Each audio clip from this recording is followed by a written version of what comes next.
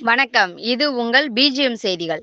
திருவள்ளூர் மாவட்டம் கடம்பத்தூர் ஊராட்சியில் பகுஜன் சமாஜ் கட்சியின் திருவள்ளூர் மேற்கு மாவட்ட இளைஞரணி தலைவர் கே. ஹரி தலைமையில் தினந்தோறும் பொதுமக்களுக்கு உணவு வழங்கப்படுகிறது. பகுஜன் சமாஜ் கட்சி மாநில தலைவர் ஆம்ஸ்ட்ராங் அவர்களை ஒரு வருடத்திற்கு முன்பாக நேரில் சந்தித்த பொழுது, மாவட்ட தலைவர் என்னும் வகையில் தினந்தோறும் பொதுமக்களுக்கு உணவு அளிக்க வேண்டும் என தெரிவித்துள்ளார். அதன் அடிப்படையில் பகுஜன் சமாஜ் கட்சி திருவள்ளூர் மேற்கு மாவட்ட இளைஞரணி தலைவர் கே. ஹரி அவர்கள் தினந்தோறும் சுமார் 200 நபர்களுக்கு இனிப்புடன் மதிய உணவை கடந்த 1½ ஆண்டுகளாக வழங்கி வருகிறார்.